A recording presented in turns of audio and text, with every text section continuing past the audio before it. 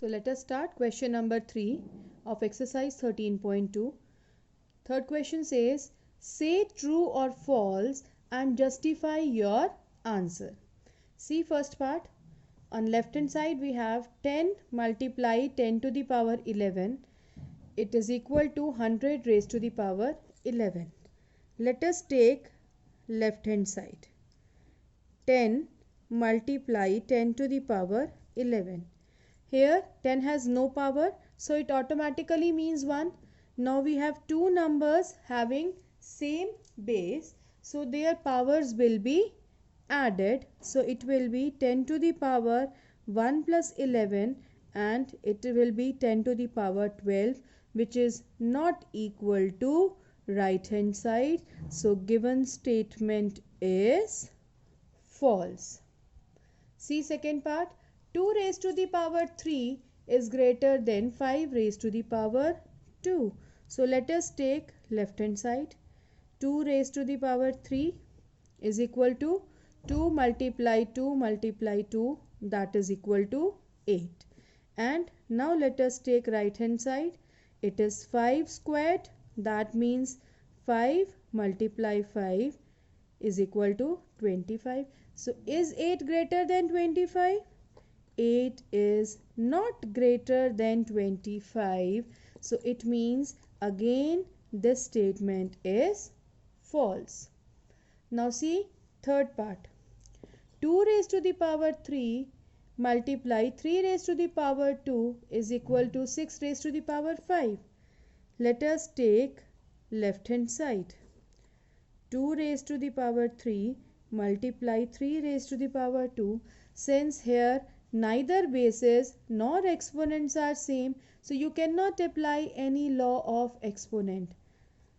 Just open it.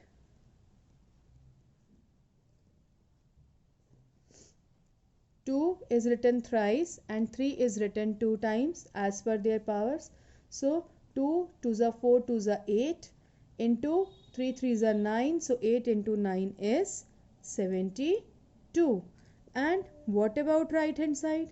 Now right hand side is 6 to the power 5. 6 to the power 5 means 6 into 6 into 6 into 6 into 6. Now there is no need to calculate such a big number, because we know that if we multiply 6 5 times, the number is going to be big enough, because 6 6 are 36. 36 into 6 is 216. So it will be quite a big number. And it can never be equal to 72. So it can never be equal to the left hand side. So we can say that again this statement is false. Now fourth part. What about 3 raised to the power 0? It's 1, because we have studied in laws of exponents that any number raised to the power 0 is always equal to 1. And what about 1000 raised to the power 0?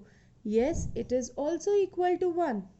So here left hand side is equal to right hand side. So this statement is true.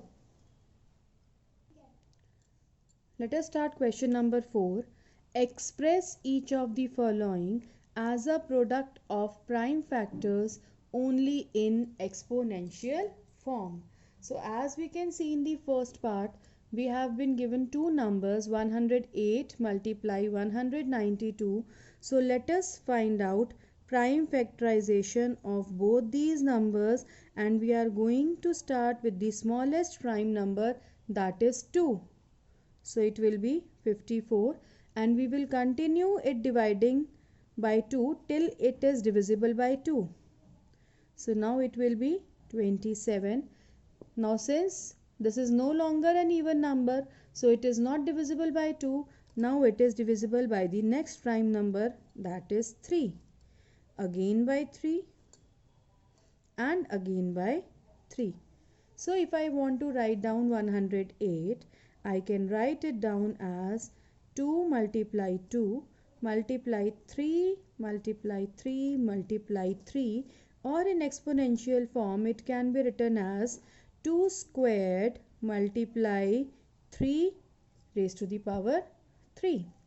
Now let us find out the prime factorization of the second number, that is 192. Now let us again start with the smallest prime number, that is 2. So it is 96. Again by 2, it is 48. Again by 2, it is 24. Again by 2, it is 12. Still it is divisible by 2. And now we get 3 and it is divisible by 3. So if I want to write down 192, so here 2 is coming 6 times.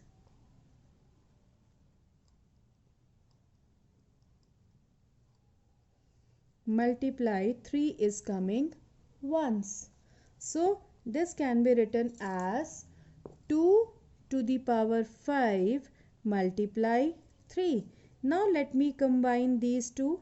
So 108 multiplied by 192 is equal to 2 square multiply 3 cubed multiply 2 raised to the power, sorry, it is 6 multiply 3. If you want, you can write down power 1.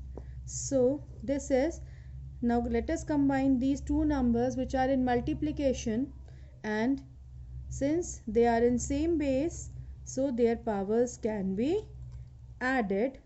So it will be 2 raised to the power 2 plus 6 is 8 multiply 3 raised to the power 3 plus 1 is 4. So 108 multiply 192 is equal to 2 raised to the power 8 multiply 3 raised to the power 4. Now the second part of the question is 270. So this is a single number. Let us start finding out its prime factorization. So it will be, let us divide it by the smallest prime number 2. So here we get 135. Now it is, since it is having 5 at the back, it's not an even number, not divisible by 2. Add the digits, the sum is 9. 9 is divisible by 3, so this number is also divisible by 3.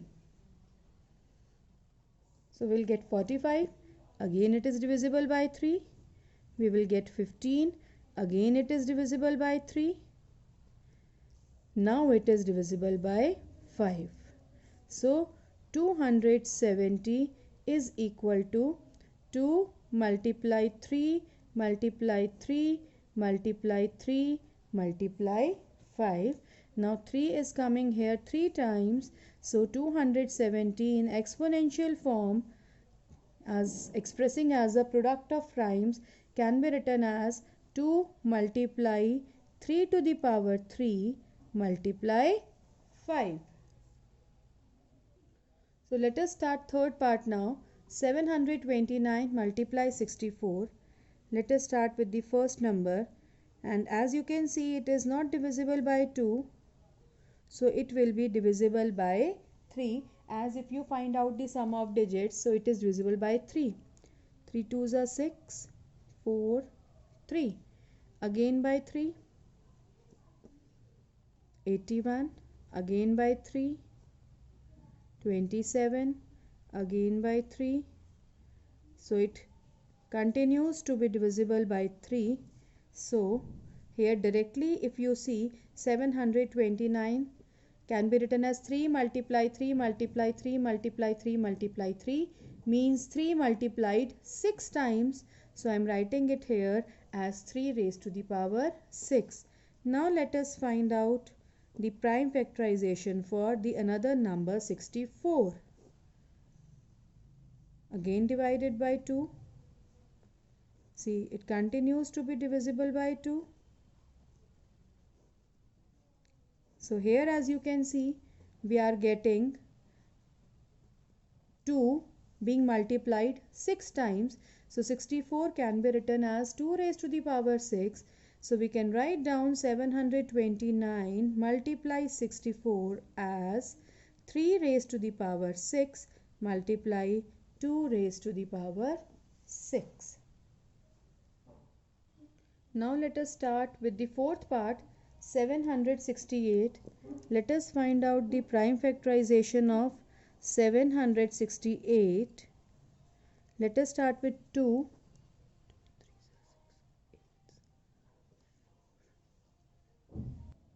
So let us continue it dividing by 2 till it is divisible by 2.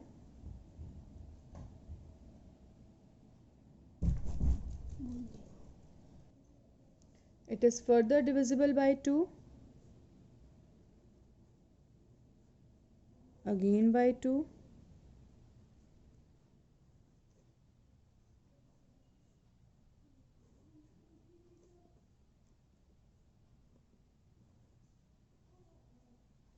now it is divisible by 3.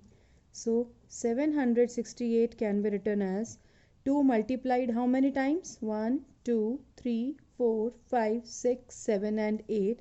So it is 2 raised to the power 8 multiply 3. So 768 can be written as 2 raised to the power 8 multiply 3.